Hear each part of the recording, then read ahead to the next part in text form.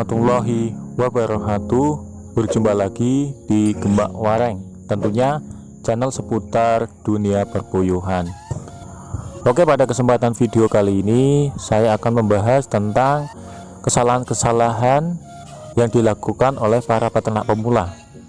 Nah, apa saja kesalahan itu? Oke, sebelum melanjutkan pembahasan kali ini, buat teman-teman yang lagi bergabung, jangan lupa untuk like, share, dan subscribe, dan jangan lupa untuk nyalakan tombol loncengnya agar teman-teman tidak ketinggalan informasi terbaru dari channel kami.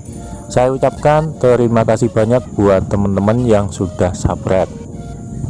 Nah, pada pembahasan video kali ini saya akan membahas tentang beberapa kesalahan yang dilakukan atau sering dilakukan oleh peternak puyuh pemula.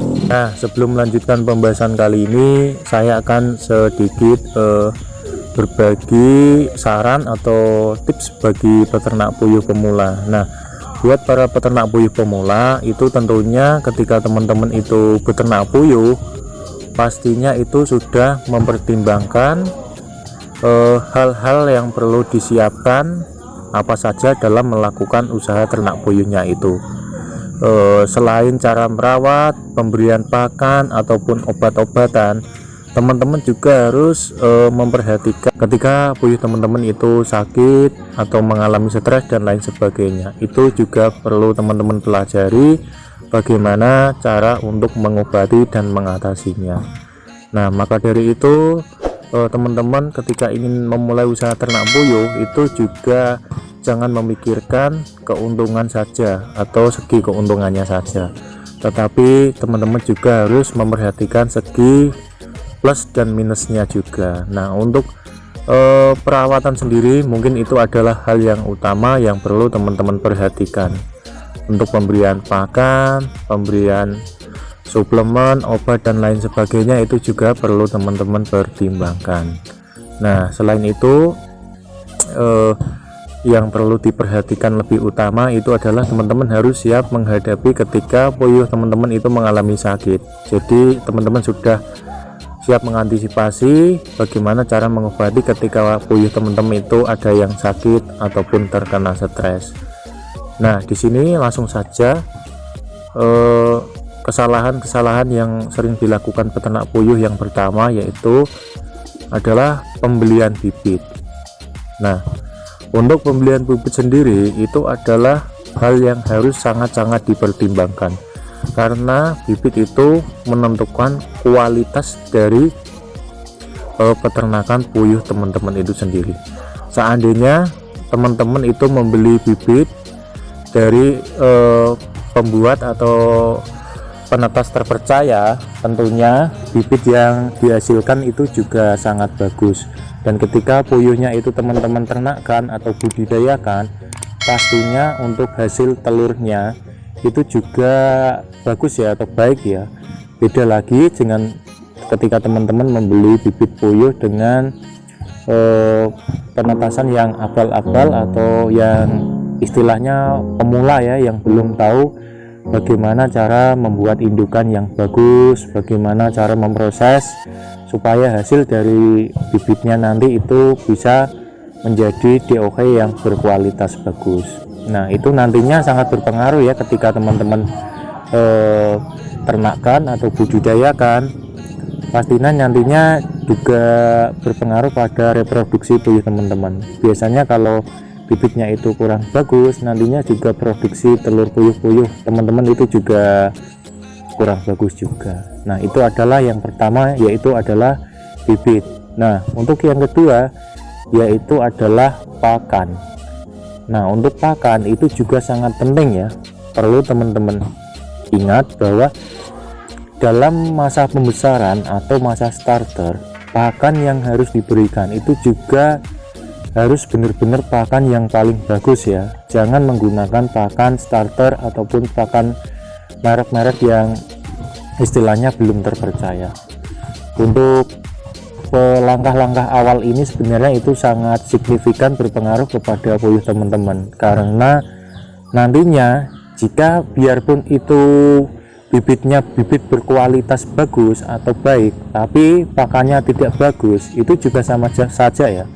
nanti juga berdampak tidak baik kepada usaha ternak puyuh teman-teman nantinya. Maka ketika teman-teman membeli bibit puyuh yang berkualitas bagus, itu juga harus diimbangi dengan pemberian pakan yang sangat bagus.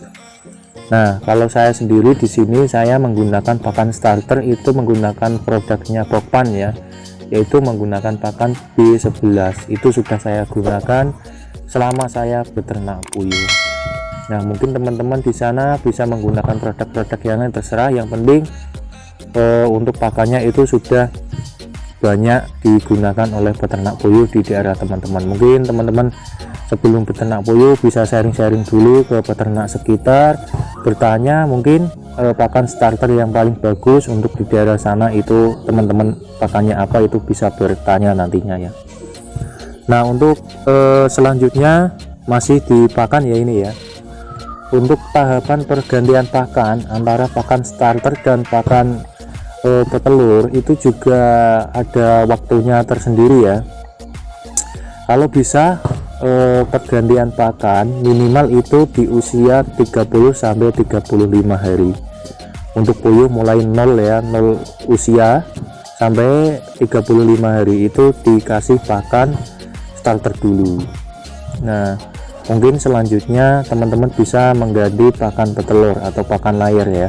Itu bisa waktu pergantiannya itu bisa dikasih setengah-setengah dulu ya.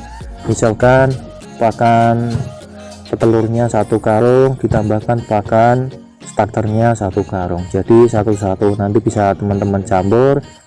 Setelah itu bisa diberikan sampai pakan itu habis. Nah, setelah itu mungkin langsung bisa diganti terus dengan pakan petelur supaya nantinya puyuhnya itu tidak kaget atau gimana ya, istilahnya teman-teman ketika sering makan makanan itu tetapi diganti dengan pakan yang lain, pasti itu bisa membuat puyuh itu mengalami stres. Jadi butuh tahapan-tahapan atau proses untuk pergantian pakan itu sendiri. Nah, untuk selanjutnya yaitu adalah perawatan. Nah, untuk perawatan sendiri itu selagi teman-teman bibitnya sudah bagus, pakannya sudah bagus, dan yang terakhir itu juga asupan vitamin juga harus teman-teman pertimbangkan. Untuk obat-obatan teman-teman bisa menggunakan bahan-bahan herbal, juga bisa menggunakan bahan pabrikan juga bisa. Tapi kalau bahan herbal saya sarankan itu lebih bagus ya ketimbang menggunakan obat-obatan pabrikan karena tanpa efek samping tentunya.